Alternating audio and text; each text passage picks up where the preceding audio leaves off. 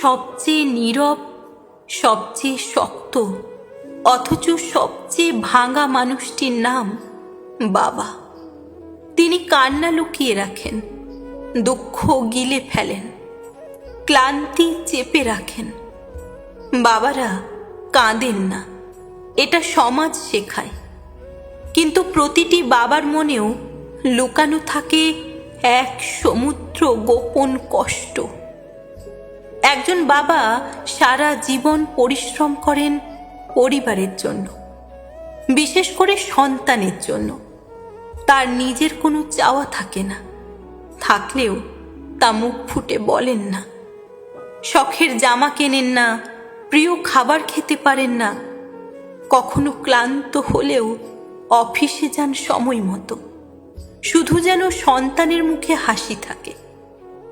বাবার জীবনটা যেন একটা ছায়ার মতো, দিনের আলোয় দেখা যায় না, কিন্তু সূর্য ডোবার পর যখন অন্ধকার নামে, তখন টের পাওয়া যায় সেই ছায়া কতটা আপন ছিল। একটা সময় আসে যখন সন্তানেরা বড় হয়, নিজ নিজ জীবন নিয়ে ব্যস্ত হয়ে পড়ে। তখন অনেক বাবা চুপচাপ হয়ে যান। তারা ফোন করে না, শুধু অপেক্ষা করেন একটুখানি খবরে। রাতে খাবার টেবিলে বসে বলেন না, তোমার কথা খুব মনে পড়ে। শুধু চুপচাপ চেয়ে থাকেন খালি চেয়ারের দিকে।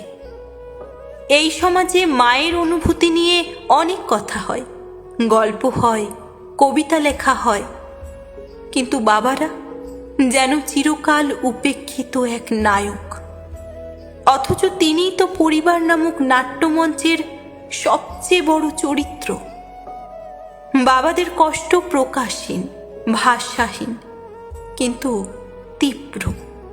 তারা বলেন না আমার শরীরটা ভালো না, বলেন তুই ভালো থাক, আমি ঠিক আছি।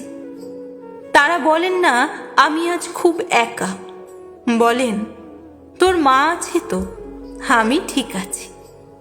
এই ঠিক আছি শব্দের আড়ালেই লুকিয়ে থাকে বাবাদের সব না বলা কান্না, সব গোপন কষ্ট। তাদের জন্য বেশি কিছু হয়তো করা যায় না, কিন্তু একটিবার ফোন করে বলা যায়, বাবা আমি তোমাকে ভালোবাসি। এই ছোট্ট কথাটাই হয়তো হয়ে উঠতে পারে তার সমস্ত কষ্টের বিদায়। পৃথিবীর সব বাবারা যেন ভালো থাকেন, সৃষ্টিকর্তা যেন সমস্ত বাবাদের ভালো রাখেন। সকলে ভালো থাকবেন, সুস্থ থাকবেন।